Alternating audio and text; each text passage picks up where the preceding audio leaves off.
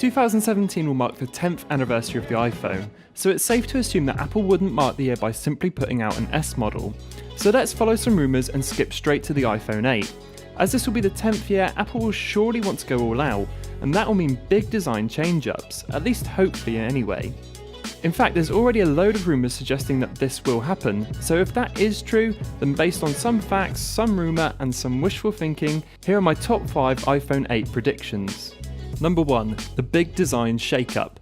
Whether Apple will go with simply naming it the iPhone 8 or go with some fancy iPhone X marketing is yet unknown, but one thing that is sure is that we'll see a much bigger overhaul to the design for the 8 than we saw in 2016 for the iPhone 7.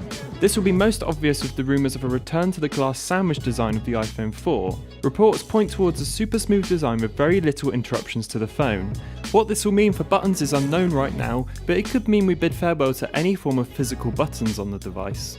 To add to this design would be the addition of a bezel-less curved screen which bleeds off the edge in a similar vein to Samsung's Edge series of phones. This screen will push all the way to the edges too, getting rid of that big head and chin. Overall, it will be a very different looking iPhone to what we've seen before. 2. OLED screens. Despite Apple sticking with IPS panels since, well, pretty much forever, I think it will be finally time they move on to the superior OLED panels, which have been present on Samsung phones for a huge amount of time. It's not just the punchier colours, but the technology behind OLED that allows for some really cool tricks that an IPS panel simply can't do.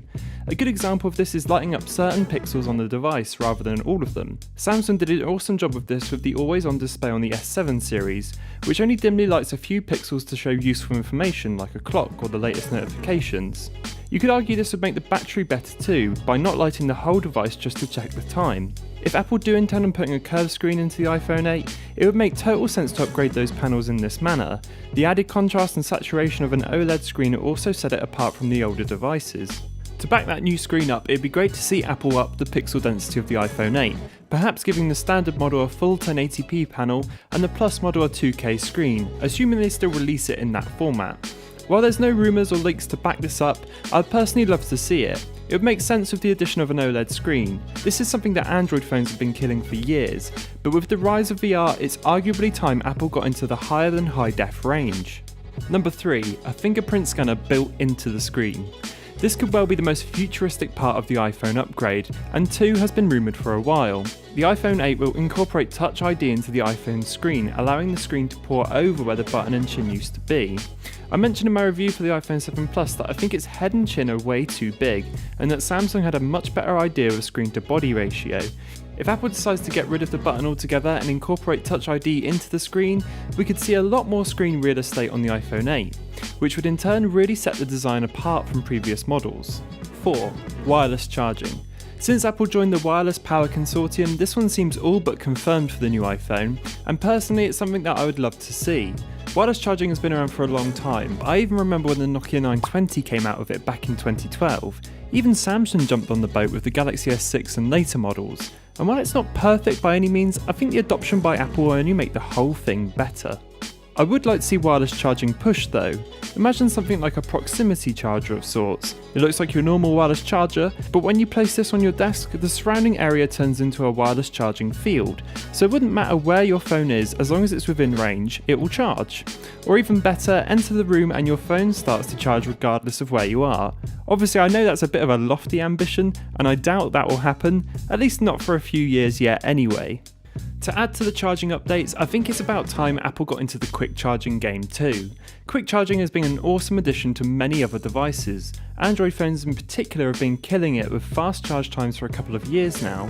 And yes, I know you can plug the iPhone into an iPad charger and it gets similar results, but I'd like to see Apple adopt the amazingly fast charging we're getting from phones like the OnePlus 3, Galaxy and Pixel, and most importantly to include that charger in the box. Number 5. The return of the mighty headphone jack. Just joking, that is long dead for iPhones and I don't think we'll ever see it again, as sad as that may be. So the real number 5, the iPhone 7s. The iPhone 7s will come out alongside the 8. This has been mentioned a few times by EverythingApplePro and a few other sites, so the rumour levels are still kinda low, so this might be treading into a wishful thinking category. It might be too much for Apple to break the cycle of having an S model, so it would be safe to bet that they will introduce it alongside the 8. To further that, there is reports going around that the iPhone 8 will be in excess of $1,000, which is super high. The iPhone 7s might still be attractive enough for people coming from an iPhone SE or a 6 to push up without breaking the bank. So that rounds off my predictions or a wish list of sorts. Remember, these are all just my thoughts based on some rumours and leaks I've seen, so I could be completely wrong about everything I've said. Anyway, let me know what you'd like to see in the iPhone 8, or if you agree with anything I've mentioned. Thanks for watching as always, and I will see you all in the next one.